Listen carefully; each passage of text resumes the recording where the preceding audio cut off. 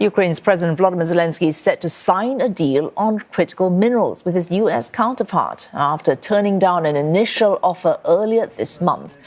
The newly negotiated agreement grants U.S. access to Kyiv's vast mineral wealth, although it does not come with much-needed security guarantees. The U.S. president saying instead that the presence of American workers extracting rare earth metals on Ukrainian soil would provide, quote, automatic security. Washington hoping to recoup some of what it has spent supplying weapons for a 3-year war through a joint reconstruction investment fund.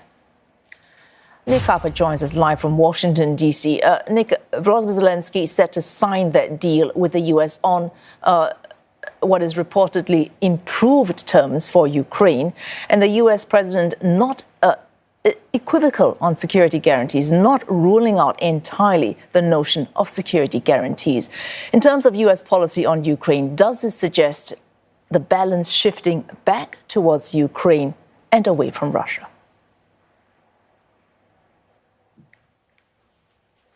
Well, so I'm not entirely sure if it does, because it feels as if Donald Trump's position has hardened in some recent days. We have heard that there has been some softening when it comes to the language of this exact deal.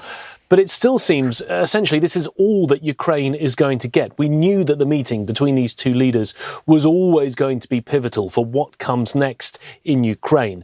But I think we've now got to a situation that this is really the last best hope for Ukraine. That seems to be how Donald Trump is describing it, and really piling on the pressure over the last week for Volodymyr Zelenskyy to sign this deal as a way to move forward to peace. He said just the other day that they had to sign this fairly quickly or it won't happen at all. And it does seem as this is going to be the only thing that Donald Trump is offering, because he's ruling out NATO membership for Ukraine. He's ruling out security guarantees and saying that's up to the Europeans.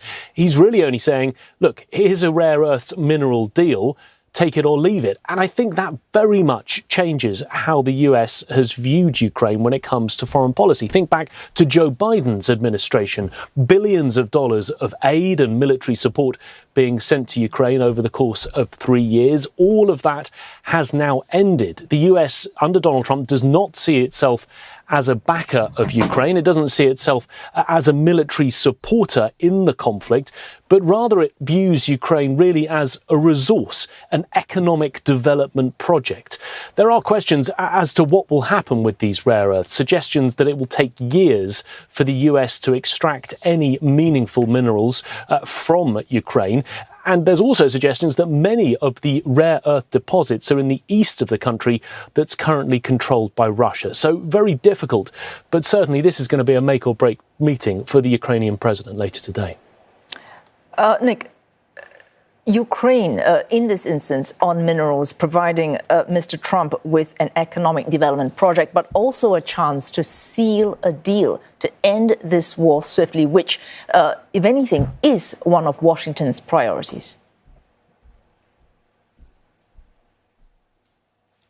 Well, it is, certainly. And this will give Donald Trump skin in the game to make a deal happen, and happen as quickly as possible. He has spoken many times about his desire to be a peacemaker. If he gets a deal done and peace is achieved, that will be part of his presidential legacy. But he really wants to end other support, military support, humanitarian support to the country. Getting a peace deal done would certainly help with all of that. But remember, Ukraine wants far more than just a rare earths deal. It wants those security guarantees that Washington, it seems, is simply not happy to supply. It wants that NATO membership further down the road. Those are all things that the American president is ruling out.